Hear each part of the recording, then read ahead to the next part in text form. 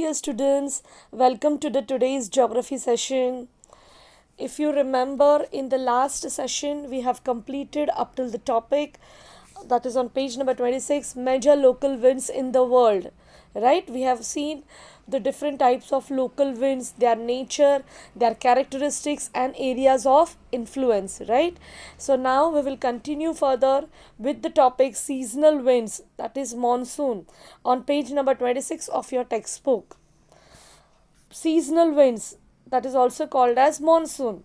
Monsoon winds are generated due to the uneven heating of land and water in the different seasons. Yes, now why we all know India is experiencing monsoon winds. Yes, we all have monsoon season. So how this monsoon winds are generated? They are generated due to what? Uneven heating of land and water in the different seasons. Means the land and water gets heated in different regions. It is getting different in different areas in the different seasons. It is getting in a different way. So due to this uneven heating of land and water, monsoon winds are generated. During summers, monsoons blow from the sea to the land, and in winter they blow from land to the sea. So remember, in summers monsoons blow from where? Sea to the land, because we have seen in the sea breeze and land breeze. Yes, that during the daytime the sea has high pressure, so the winds blow from sea to the land, that is low pressure. So that take place where during summers, and in winters they blow from land, that is high pressure area, to the sea, that is low pressure area. Southeast Asia, East Africa, North Australia are the regions where the pronounced effects of these winds are felt. So as we know that every we have seen the planetary winds also affect the regions, local winds affect the region. So same way monsoon winds also have their effects. So where do they affect? They affect these areas, that is Southeast Asia, East Africa, North Australia.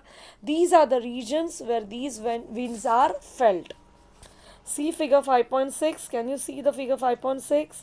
The left hand side figure, pink, it is the equatorial pink color layer, that is equatorial low pressure belt, and yellow, that is mid latitudinal high pressure belt.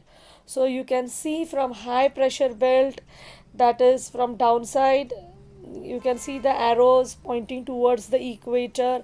Then from the equator again they are going upside, that is to the Himalayas over in the sky, that is low pressure area.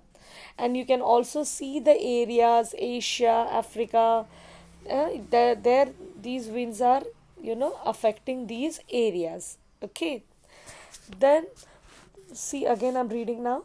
The influence of monsoon winds is seen in the summer and winter seasons in the Indian subcontinent. So also we have seen that the monsoon winds are influencing our Indian subcontinent also.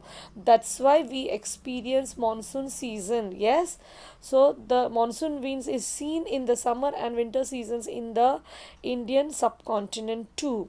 Due to these winds, the Indian subcontinent experiences monsoon, that is rainy and retreating monsoon seasons apart from summer and winter. So we have a monsoon season apart from what? Summer and winter season.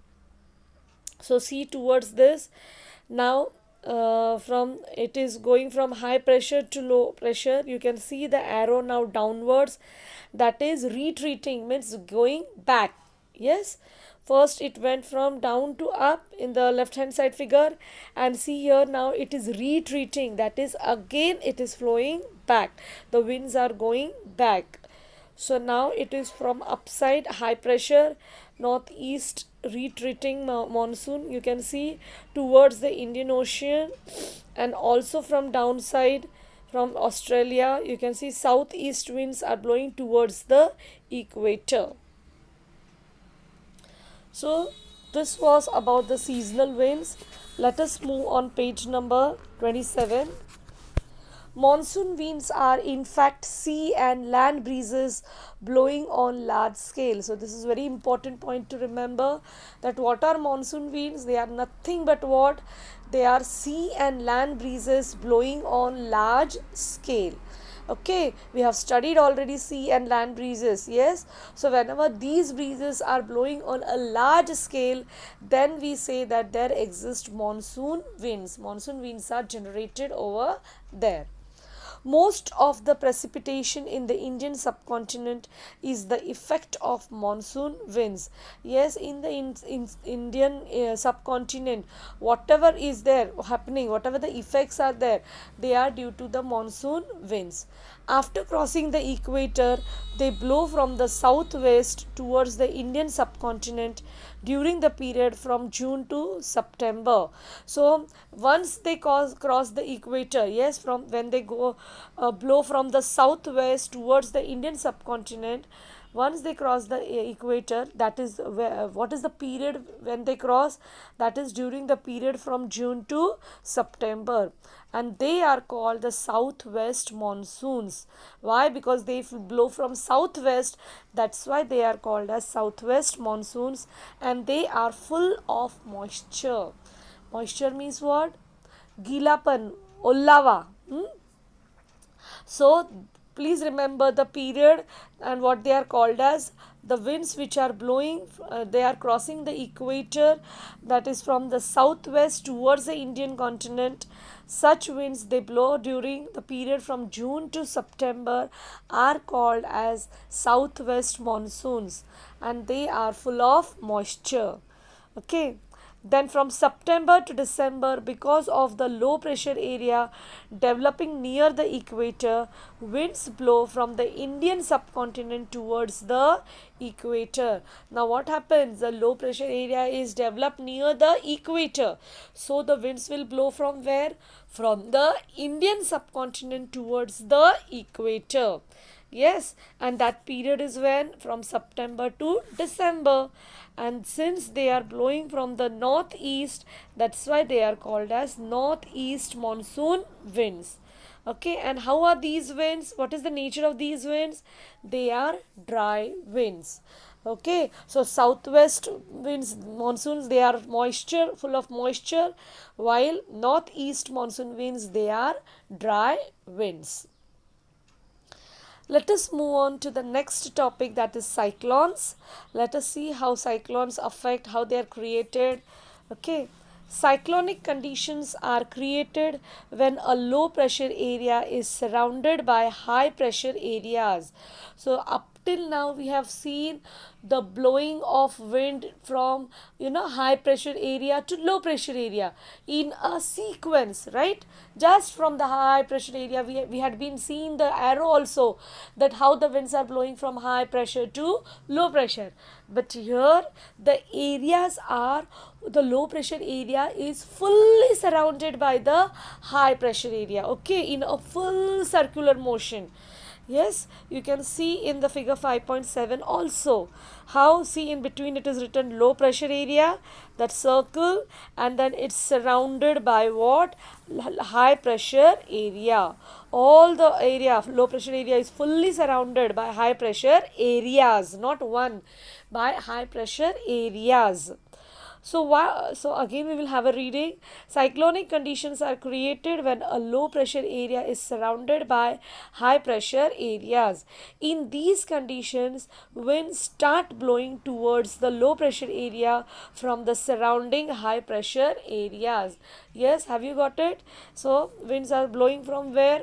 From the surrounded high pressure areas towards the low pressure area. So you can imagine so many high pressure areas are surrounding the low pressure area. So what will be the velocity, what will be the speed of the wind? Yes, so, due to the rotation of the earth, the cyclonic winds in the northern hemisphere move in an anti-clockwise direction, whereas they move in a clockwise direction in the southern hemisphere. So, now they have given the direction of the cyclonic winds in the northern hemisphere, how they move anti-clockwise, while in southern hemisphere they move in a clockwise direction. And why these movements are happening? All these movements are taking place due to the rotation of the earth. So cyclonic winds are also arise due to the rotation of the earth. So you remember the direction in northern hemisphere anti-clockwise and in southern hemisphere clockwise. During a cyclone, the sky is cloudy, winds blow with a very high velocity, and it rains heavily. So, what are the conditions during the cyclone? The sky is very cloudy, and the winds blow with a very high velocity, and it rains heavily. The area affected by cyclones is limited. Yes, cyclones do not cyclones do not affect, or cyclones don't come usually in all the areas, only limited areas are affected. The duration, velocities, direction, and place of origin of these winds is unpredictable, and it is not certain that, oh, now come on, this is happening now, cyclone will come. No, it is unpredictable. We can't say, it is not predicted in advance. Yes, as we know that land breeze, sea breeze, we can say that, now it is summer season, so this breeze will arise. Now it is winter season, so this breeze will arise. But for cyclones, it is unpredictable. Whenever it can, in any duration, with any speed, with any, any place can get this cyclones. Yes, so it is unpredictable. See the image of a cyclone obtained by a satellite by in figure 5.8. So, on weather maps, the center of a cyclone is represented by the letter L. So, how is the cyclone represented on the maps? It is denoted, it is represented by the letter capital L. A cyclone system moves from one place to another. Also, wherever the cyclone is affecting, it is moving from one place to another. So, I'll take a pause for here. Have a good day. Take care.